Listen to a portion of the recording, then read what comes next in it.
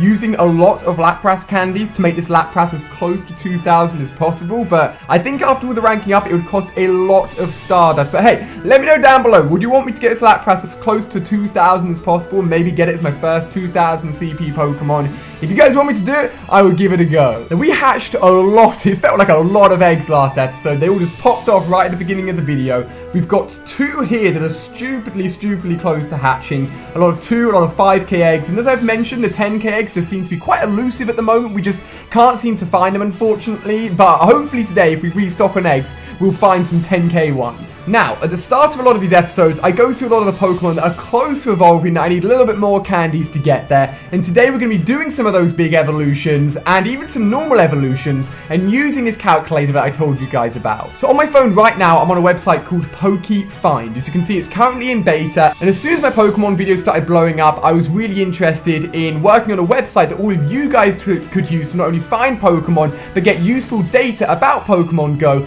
And one of the things developed on the PokeFind website is this calculator that we're going to be using. So just to be really clear with you guys, because there's been a lot of drama recently about YouTubers only websites, I do own a part of this website, but it is not monetized at all. There's no adverts, there's nothing at the moment. Myself and another YouTuber have literally just put money into this website to make it for you guys. We've also got an app coming along as well. So it's very exciting, but I'm going to leave this website down below in the description. Head over to it right now. Works on your phone, works on your PC, and we're going to give it a test by starting off with our first. So let me just give you an example as to how this is going to work. So we've got a Rattata here. We're going to evolve it into a Raticate. So we know the CP, we know the Pokemon. So all we're going to do is head over to the calculator. We're then going to enter the Pokemon, enter the CP level, and then if we hit that estimate button, it's going to tell us on average what the CP should come out at. So the minimums and the maximums are extreme ranges. We're to be focusing on that average CP. So as I said to you guys, each Pokemon is a different multiplier, but that multiplier isn't consistent. Sometimes it's a little bit higher, sometimes it's a little bit lower. So if I sat down with this Rattata and a friend sat down with the exact same CP Rattata,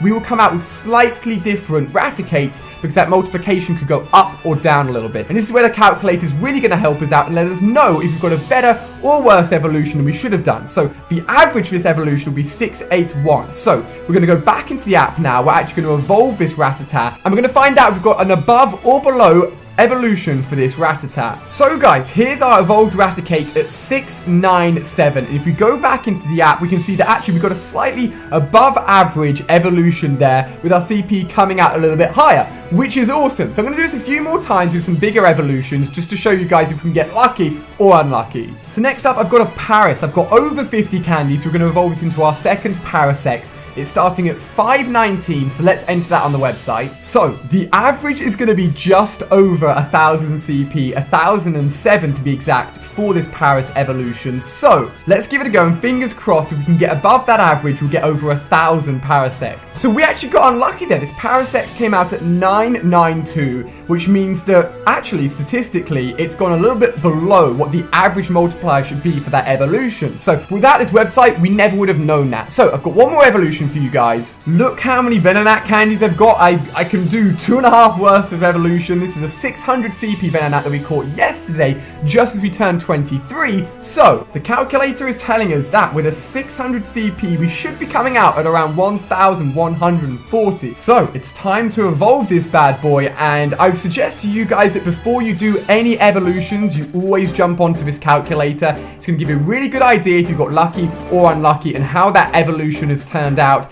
Definitely tweet me if you get one that's way above average, because you would have lucked out very hard and you will have gotten an awesome evolution as a result. So here we have our awesome Venomoth. Let's see, is it above or below? The average is 1140 and ours comes out at 1,119, so only a little bit below the average. Still a really good Venomoth, but I would never have known, as I said, all of those evolutions would have been good or bad without this calculator. So check it out down below, guys. It's a great way of knowing whether or not you've got a good Pokemon that's worth evolving and how its stats are going to turn out. But I've sat in front of this PC for way too long chatting to you guys about this. What we're going to do now, we're going to head on out and find a place to evolve these 2 EVs. And hopefully, fingers crossed, because they're really good EVs, they turn into an above average evolution. So let's start today's adventure. Hopefully you guys have found that calculator really useful and you put it to good use yourself. And let's